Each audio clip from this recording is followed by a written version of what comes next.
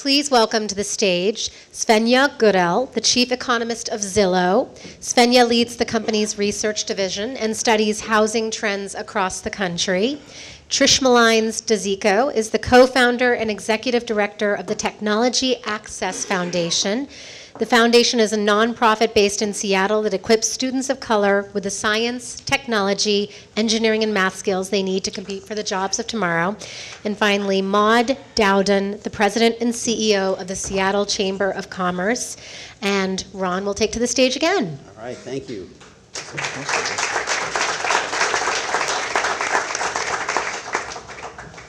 I like that last answer about the difficulty of getting reelected in Seattle. I want to start by putting up a couple more results from our poll. And this was asking people in the area, in the metro area, to rate the state, the quality of a variety of services and measures of life in the area. And as you can see, people are very positive on access to quality health care, very positive on the availability of good-paying jobs, safety, strong, quality of education gets good marks, but then it starts to diminish pretty significantly. Quality of public transportation, the ability to get around in a reasonable time, and then really much lower than anything else, affordability of housing options. Are those fair judgments? What would you agree and disagree with on that list, Svenja? Yeah, I definitely would agree, and I think particularly for Seattle, just because we've been such a growing city, especially over the last 5 years, and with, as growing cities go, you have growing pains. And I think transportation issues as well as housing issues have been at the forefront of our of our list of issues. And when you're looking at affordability, particularly on the rental side, I think we've seen a lot of stress where people are being displaced, where rents have grown very aggressively. Even as the nation has now slowed down in terms of how fast rents are growing, Seattle's still seeing a fair amount of rental growth, almost 6% annually, which is twice the rate you'd normally expect in a fairly aggressive year. And so we're seeing that people just are not able to find places to live affordably, and they have to commute longer and longer distances. In fact, we just did a study that looked at folks that earn less than $15,000 a year, and they have to now travel 25% further than they used to have to travel. And I don't think it's because we have better transportation options. I do think it's driven by the fact that they simply cannot live in downtown Seattle anymore and have to, move out in terms of rings to get to more affordable places. Just clarify what you said. So the rents are growing twice as fast as you would expect, even in a growing community? Yes. Wow. Trish, what's your take on on those judgments?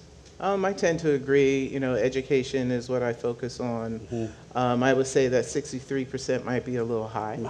It just depends on where you live, and particularly in the city, if you live in a higher income neighborhood where you can take household income to support the school, then now if you measured south of the Ship Canal or south of Capitol Hill, you would get a completely different result. Yeah. Maud?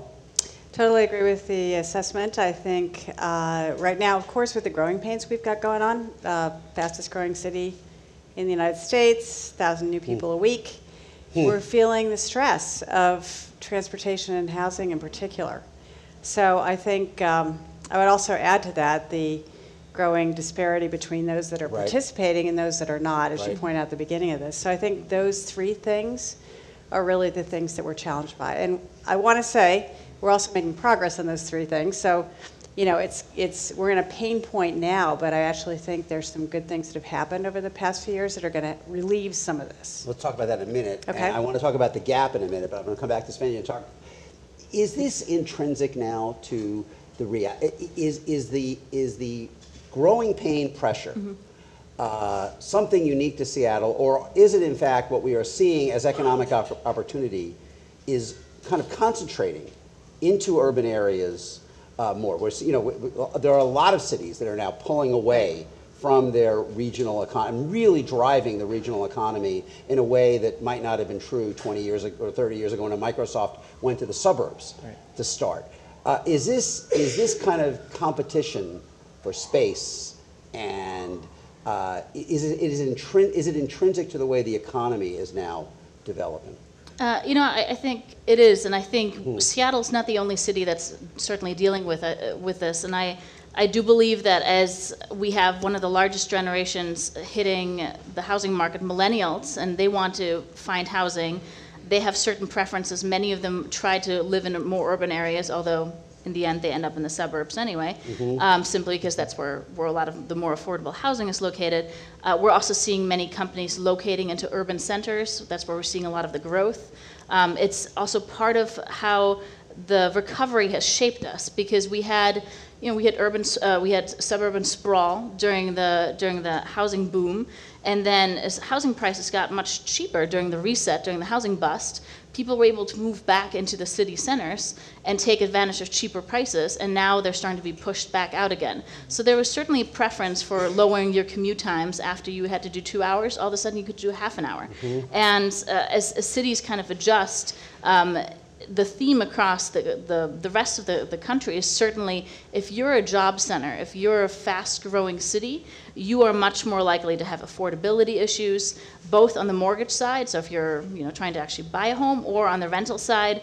And we're still seeing a lot of disparities on the income side that is actually causing a bunch of these issues along the way, because if you're part of the top third of the income distribution, you're probably okay. Yeah. Your affordability looks all right for you. It's really where you're looking at the middle third and especially the bottom third of the income distribution, where you have no income growth, and those are the folks are really feeling the stress in these large cities that are job centers, that are growing, much like you described. Yeah, Trish, and that was what we were talking about as I was talking about with the mayor, what John Hickenlooper has called the Denver paradox. So you've had this enormous job growth, and as you say, 1,000, it is a giant sucking sound, as Ross Perot would say, pulling in 1,000 people a week. Has it created more opportunity for the kids from low-income neighborhoods in the city? I don't think it has. I think, if anything, people have moved out of the city. Even before the boom, the kids that live in Seattle Public School District were not getting an equitable education, so now they're moving further out to the suburbs. And all the services... Which is a reversal, right? Which is a reversal, but all the services that are available in the city are not available in the suburbs. And so they would wish some of these community agencies would come out and serve them, but the community agencies started here, right? And so they're not going to move out because they can't afford to move out and support the folks in the suburbs. Now, our organization, we started in the city, and then when we went to build a new building, the city showed us no love. So we moved out to unincorporated King County, to White Center. And then as you start to look at the population move, because we focus on kids of color, they're all in the suburbs. So that's where we work. We are not serving kids in Seattle right now. Is that right? That's right. Now, talk about, even if we're talking about the whole region, what would be the most effective steps in your mind to, in fact, create more of a bridge between this tremendous job growth that the region is seeing, particularly in tech areas, and the kids that you work with? What are the steps that are required to get there? Well, I think, first of all, companies need to recognize that their profile of a tech worker is backwards. Their default is white or Indian and male. And if you look at the demographics of many of these companies, that's what you see. We have amazing talent in our own backyard that's not being tapped at all. I think companies need to focus on K through 12 and developing the talent instead of waiting for people to go to college, because who goes to college? The people who've been encouraged to go, people who can afford to go, some people who end up there by luck, but they don't always major in the type of fields that our tech companies need. So, if you want to have the talent, you have to groom it, you have to make that investment, knowing that you're investing in the industry. Like, you may invest in 20 kids out of an organization. It doesn't mean all 20 of them are going to end up working for you, but they're going to end up working in the industry and making the industry better. Hopefully, they'll be opening their own companies to compete against you, right? Yeah. And I think we have to change our definition of what STEM education is and stop focus on trying to make everybody a programmer. Now, I'm a programmer by trade, but when you get into a company, they don't want somebody who can just sit there and hack out code all day. They want people who can talk to folks, who can design, right, who can collaborate. But if all they focus on is how many lines of code that you can develop by the time you're 10 years old, we're going to get a lot of people who have the personality of a doorknob and can't really work together to create, right? We need to teach our kids to be creators. And if we get our companies more involved in our schools in terms of providing resources and examples and career-connected experiences, I think that we'll get a lot further. Maud, how do you rate the business community?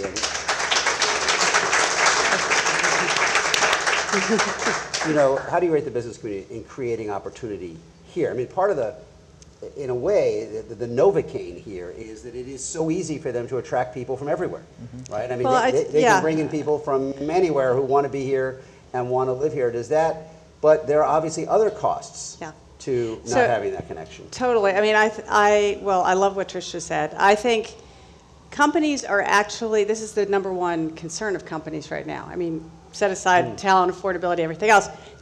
Finding and sourcing people to keep these companies vibrant and growing is their number one problem. So we found at the Chamber that actually they are leaning into this question of how do we do exactly what Trish just described. Last week, a bunch of us, the Chamber helped support the governor going to Switzerland to look at their apprenticeship system because companies are very keenly interested in how do we connect earlier, how do we show students the amazing opportunities that are here in our region across virtually every sector. I mean, it doesn't matter which sector you're talking about. We have 740,000 jobs we think will open in the next 5 years across the entire spectrum of jobs that you can imagine. Many of them are accessible with, you know, a high school degree and a credential, and apprenticeship would be a great bridge to that, and then provide living wage opportunities and support for ongoing education. I mean, this is a pretty great thing. So I think employers are really interested in this, and when we took this group to Switzerland, many of them were on the trip, and I could just see there was a incredible sense of enthusiasm. We're looking very closely at what's going on in Colorado, what Governor Hickenlooper has done there, and what the Denver Public Schools are doing, and I'm very optimistic that we'll make some progress on this. Go ahead. I question whether our companies are ready for the diversity they say they want. And that's a huge, you know, there's diversity, which is basically numbers, and there's inclusion and equity, which means you're going to actually keep people there and value who they are. So while they're really excited about this, which I think is a good start, unless we have vision in our companies around what they could be like and how do we make them welcoming. Like I worry every day, we're 21 years old as an organization, and you know, for 21 years I've been wondering, are we getting kids ready for an industry that doesn't really want them? And we have to fix that. Right? The numbers are low, and the numbers are low. And they're low at the University of Washington. Yes, and there's a lot of talent here, right? There's a lot of talent here. We don't have the state vision to figure out what does it mean to be properly educated in Washington State. We don't have the regional vision to say that we can lead our state, right? We can be the best state in generating our own talent and creating our own businesses just with who's here, right? With most of the people who are here. Now, obviously, we're a small state, so you can't cover every job, but my goodness, you know, it's got to be better than importing people all the time. Well, I think that's changing. I really believe that's changing, Trish. I totally would have agreed with you, you know, 5-6 years ago. But I really feel like, I mean, and you're right about there has to be tremendous cultural change in these companies to make it work. I totally hear you on that point. But I do really believe, and it's a crisis situation for these companies, which is what's forcing the change. You know, they're no longer able to just think, okay, we're going to keep recruiting. And I think it's an economic imperative for the state, actually, at this stage, because if you can't fix this and you can't connect people who live here to these jobs, I really think we won't be able to keep all the companies here. I mean, I think, you know, this is part of our challenge with, you mentioned HQ2. You know, there's a variety of probably issues there, but one of them is sourcing the kinds of talent that Amazon needs to just keep going on a trajectory that they are on, which is an amazing trajectory. But so, I was also going to say, you need to have a lot of parts moving together, right? You need education, you need housing, you need incomes to all work together. And I think you know, there's been some really interesting research being done on social mobility. And I think if I'm going to bring back to housing just because That's what I do. So, Yeah. but you know, if you look at historically where people have been able to live and then climb the social ladder, where they moved from a lower income class to much higher income class, those places that historically have allowed them to really do that are now too expensive for most people to actually afford.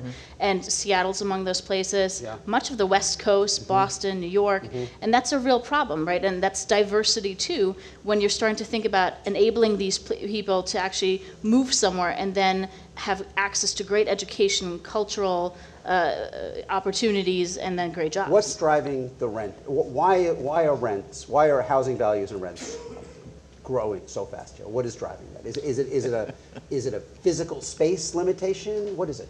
It's a combination of high demand and low supply. We are not building, especially on the for sale side, we're not building enough units to actually house the number of people coming to the area. You're building a lot of apartments. I've read that. We are. Yeah, building a lot. We are, now. but mostly high-end apartments. So if you look at, you know, when you're actually taking a look at the entire spectrum, someone in the lower end of the income distribution is going to spend more than 50% of their income in Seattle on a rental payment. And that's probably still relatively conservative. You can find people that have to spend much more than that. And it's just very, very expensive, and we're not building the types of units that we probably need in order to alleviate those price increases. So which is more likely to happen, that the high cost of housing eventually slows down the job growth, or the job growth continues, housing continues to rise in price, and ultimately you have San Franciscoization, where basically everyone of moderate income is pushed out? Which one is more likely to Probably happen? the latter, unfortunately. The latter to happen. Yes. Yeah. The job growth continues and people just get pushed down more. Now, you've raised concerns about whether some of the city policies will ultimately constrain the job growth. They're going to kill the goose that lays the golden eggs. When Amazon said they were looking outside of Seattle for HQ number 2, you said the city has continued to implement policies that create an environment that is at best unfriendly and at worst outright hostile toward the needs of our largest employer. What do you have in mind there? Well, this gets into a series of these initiatives that the cities run that are basically about, you know, raising revenue, Right. which is important for cities to do, but not necessarily all the time with a very thought-out policy objective or sense of where that money is going to go. I think businesses very much want to be a partner in addressing the concerns. I mean, the Chamber is founded on a triple bottom line philosophy, which is basically we want a strong economy. We need that for everybody. We also want to make sure we're taking great care of our natural and cultural environment, and we do not want people to be left behind in all this.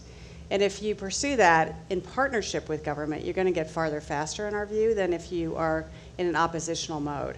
And we've struggled to actually to be heard at times by the city, in the city council in particular. Regionally, that is not the case. Regionally, I think that opportunity has been there and continues to be there to forge great paths forward for the entire community, but it's been tough within the city hall itself. Do you think that the assortment of proposals that have happened, the paid leave, the increase in the minimum wage, the income tax, is it sufficient do you worry that this in fact will slow the job growth, or is that just an engine that's too powerful and the city has the ability to in effect demand these tolls because people want to be here enough? I worry mostly about the small businesses in our community, not so much the large ones who have choice and optionality.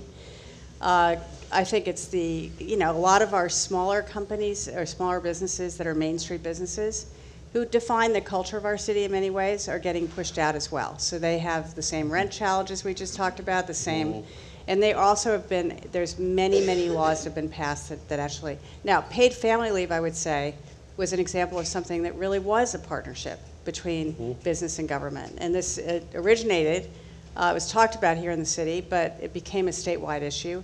The Chamber played a very active role in this, supporting the concept and trying to craft something that accomplished the social good, which we think is fantastic for families and good for business as well, makes our businesses more competitive nationally, and came up with a great result. And that was a bipartisan, thoughtful process that got us there. And that's the kind of thing that we'd like to see on all these issues. Can I ask you your thoughts, Trish? Because Yeah. I mean, I've watched this debate play out in a number of cities where you have growth, and you have people coming in often to take advantage of that growth, and yet, as we said, in many cases, the low-income communities are not benefiting from it. And as you're saying, look, I've got to find a way to channel some of the economic benefit of that growth into these neighborhoods to create more opportunity.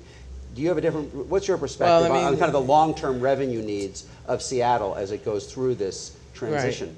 I mean, I think Seattle has to decide: are they going to be continue to be the city that they are, where they're pushing low-income people out, pushing people of color out, or are they really truly going to try to be equitable? I know when Mayor Murray first took office, one of the things I said is he has a challenge talking about equity on one side of his neck and talking about growing the tech sector on the other side. And how do you balance that when you know who is in the tech sector and you don't put any restrictions, but any guidelines around diversity, et cetera, as these new companies are coming in. And I just don't think you can balance it that way. You have to hope that people have goodwill, that companies have good sense to diversify, but then, say they do racially, then you have the economic imbalance, right? You have people coming in making 70, 80, 90, 100,000 a year or more, right? Regardless of race, they're still gonna push everybody out. So it's it's a challenge that now incoming Mayor Durkin is gonna have to solve. It's not going to be easy because you know what? People like their money. I don't care what you say. People like their money. They like to keep making their money, and they're not going to let anybody tell them that they can't, right? They're not going to let anybody tell them where they can live. And frankly, a lot of people don't want to share with low-income people, right? You can look at any neighborhood and how neighborhoods have changed. I used to live in the Leschi on the border of the Central District, and our community was very diverse. And now it's gentrified. I don't even know my whole neighborhood. There's one family of color in my neighborhood that's left, right? And every neighborhood is starting to be, the further south you go, starting to push now into Rainier Beach. It's just different. And we seem to be happy with it. Yeah, I was going to say, I'm looking at some data recently the University of Virginia pulled together. And if you look at basically every metro, just about every major metro in the country, the share of people with a college degree who are living right at the city center is 20, 30, 40 points higher than it was 20 years ago. And it's going down on the periphery. Incomes are going up in the city center. It's true in Charlotte, it's true in Seattle, it's true in San Francisco, it's true broadly across the country. Given what you were describing before, what are the most effective things municipalities can do to try to maintain a diverse community where housing is affordable for a broad range of incomes? Yeah, I think that's the million-dollar question, and there's no easy answer to that one. It's literally $1 million question. It really is, right? Yeah. But I think specifically for Seattle, one of the things we can think about is increasing density. We're zoned heavily single-family homes, and especially as supply isn't keeping up with demand, increasing density would allow for more construction to happen at different price points. And that would allow more people to stay in the city. And I think that's the number one thing you can probably do as a city to rethink your zoning plan. Density for apartments or rental, or density for purchase, for both, really. But it's zone more multifamily and zone more and we're seeing it in some pockets, right? But there's a lot of pushback. I think a lot of people want to keep the city affordable. A lot of people want to keep Seattle be a diverse place, but then when it comes down to having that happen in their neighborhood, we have a lot of NIMBYism kicking in. And so it really comes down to taking your neighborhood and being okay with the fact that you're going to build a bunch of townhomes that are much closer together, or whatever you do to kind of increase the density and do it in a smart fashion. So I just wanted to add, I think the city has done something very positive in this vein, which is the Housing Affordability Act, like HALA, which is basically, when I looked at the plan, I thought this is the first time since I've lived in the city there's actually a vision for how you can urbanize the city. And it was a grand bargain between the two factions that have been at war with each other for decades, the housing advocates and the developers, getting together and compromising on the set of solutions that basically incentivize private development to build affordable housing all over the city, and create the funding to add affordable housing for the low-income families. Now, Is that kicked in 100%? No. There's 65 component parts to implementing HALA. We're probably about halfway through getting those through the various things that have to happen in terms of the upzones and so on. But there's a great coalition, in fact, just came from a meeting with them today, about how to do this. And we continue to work really closely together. It's labor, it's business, it's community organizations, it's affordable housing people. And that's the strength of our city. When you talk about solving problems, it's bringing together those broad coalitions. And it's probably more than just even building true affordable housing, what we, like workforce housing, but actually just building affordable housing for everyone at different price points, right? It's, when the median home value in Seattle Metro, all 3 counties is, roughly $450,000. Good luck finding a home for $450,000 to actually buy around here. And so, enabling people to actually find something that they find affordable given their income is key as well. It's not just about, really low-end housing, but also a bunch of middle-of-the-road housing in there as well. Let's talk quickly about some of the policy initiatives that the city has undertaken to deal with some of these questions. The $15 minimum wage.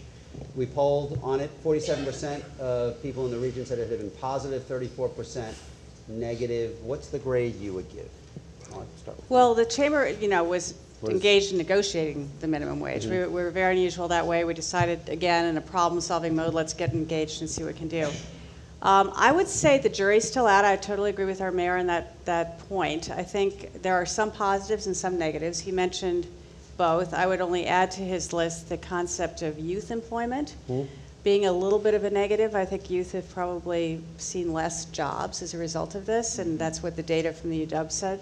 That concerns me, especially as we think about things like getting more people into our job opportunities. So still uncertain. Trish, let me ask you about a different initiative. We'll go to the audience in a second. This became one of the first cities to act on its own to expand access, significantly expand access to preschool with the tax that you approved in 2014 and the program that began in 2015. As I understand it, the pilot program, the pilot program goes for 1 more year. What kind of grade would you give the program at this point? Well, I've heard mixed reviews. I've heard, it had a rough start. A lot of the buildings are being leased from the school district. I would like to see it be more in the neighborhoods or more in, if I have my kid's auntie taking care of my kids and 3 or 4 other kids, I would like to see that program be in her house instead of having people have to come out to a place.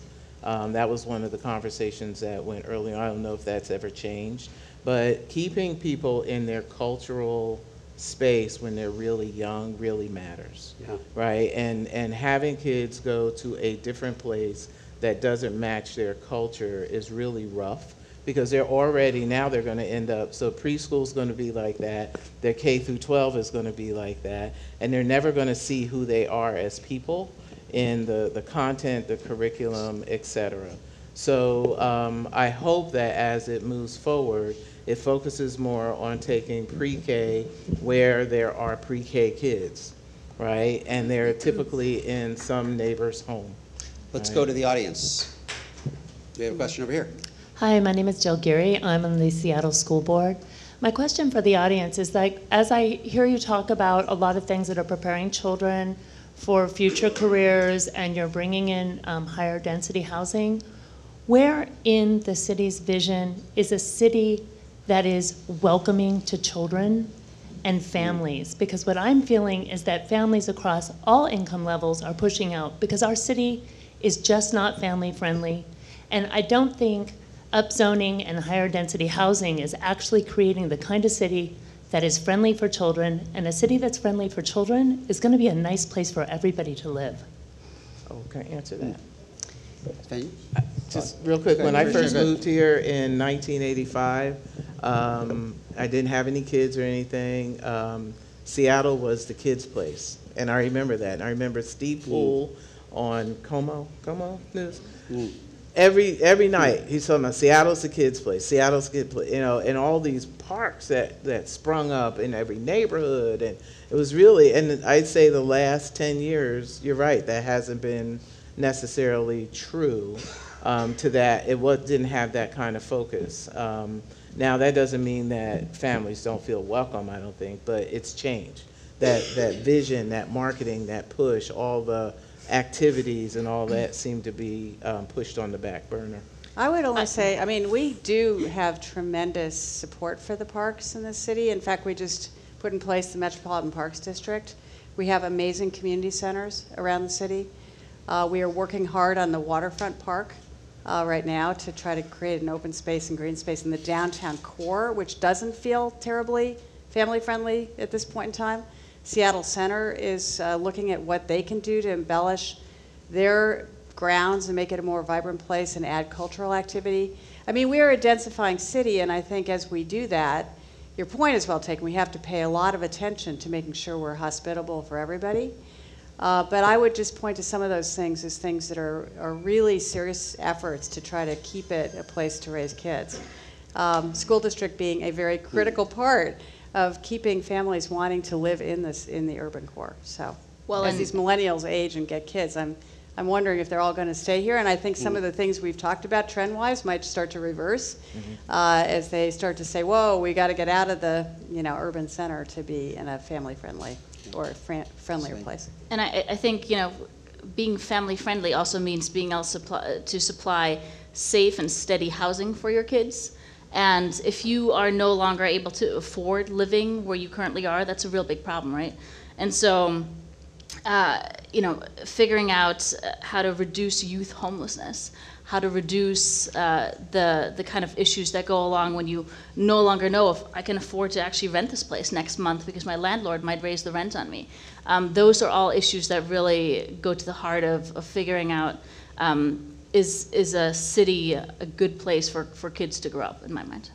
So I want to close with, you want to go? Sure, in the back. Hold on, the microphone is heading your way. I know I'm keeping you all from the reopened bar, but we're going to always a dangerous thing get to him do. in. Hi, my name is Brian. I'm independent. My question has to do with the role of people who are benefiting most from this growth so far. Mayor Burgess mentioned two areas where we're looking for state support, one around education and one around tax reform. And our track record is not great in either of those, right? We have Ballard incident with concerned citizens. And we also voted down the last time we had an income tax measure. So the panel mentioned a little bit about the role of the wealthy in sort of addressing some of these inequities. And I'm curious, how do you think we're doing? Do you think Seattle and the people in the surrounding suburbs are prepared to take seriously, to Trish's point around equity, power sharing and being willing to give up some of the privilege we've earned? And can I just reinforce that actually goes to, if you look at the from our poll, kind of the final point, and just kind of underscore your question, ways to improve the quality of life. And it is, you can see what dominated there. And I'm just interested in the extent to which you feel there is that kind of sense of shared purpose in the region, particularly among those who are doing the best. Well, I feel personally there's a tremendous sense of that in the region. I mentioned that in the city sometimes we struggle a little bit with that, but I think in general, people do agree that we want to be a place that remains strong economically, that includes everybody in that prosperity, and that takes great care of its natural environment. It's a beautiful place to be. Let's keep the quality of life going. I think doing that is hard. I mean, honestly, with the kind of pace of growth that's going on, it is really hard to balance it all out. But I think there's a shared commitment to do so. I guess I want to say, on the business side of the equation, because you asked the question about taxation, the Chamber has endorsed over $4 billion of taxes since I've been in this seat, which is a little over 5 years. It's supported another $54 billion for sound transit, another $15 billion at the state level. This is not an anti-tax business community. It's actually a let's invest in the right things business community. So I think it's unusual that way. I don't know any other chamber in the country that's gotten behind that much taxation, and frankly, my members blanch a little bit when I talk about it. But that's because we are in this growth spurt, and we got to get education, housing, transportation fixed in order to actually make this place work. Yeah. I think a lot depends on who says what's the right thing. So when you look at where money is being invested in education, human services, et cetera, the people who are in control of that money are not representative of the people who they are serving, right? And so when we have big collective impact ideas and somebody who thinks they're smarter than everybody else and they happen to garner all the money, they decide who gets it and how. And we need to change that. The people who are struggling have the answers. What they don't have are the resources to solve some of those problems. So we need to help them with those resources by channeling the dollars that way and not assuming that the people who already have made it have all the answers. And I think we can fix a lot of that. It's not a money issue, right? It is, as you say, it's a power issue, right? I mean, just because somebody makes the most money or has a better job, it doesn't mean that they have all the answers, but that's how we seem to run a lot of our social service and education initiatives. Svenja, maybe a last thought on that? I generally agree. I think there is a lot of positive energy around this. I think there's a lot of optimism about people wanting to make this work. But again, when it comes down to it, oftentimes difficult decisions need to be made, and they need to be made close to home. And that's when we sometimes lack that final push to get it over the finish line. Yeah. All right. Well, join me in thanking this terrific panel. Thank you for listening. And Emily, Thank you. Thank you to all of our speakers this evening and to Ron for this great conversation and moderation. And once again, a big thanks to the Allstate team for making tonight and the entire Renewal series possible. We're glad that all of you could be with us this evening. Please feel free to linger a little longer and have a wonderful night. Thank you again. thank you.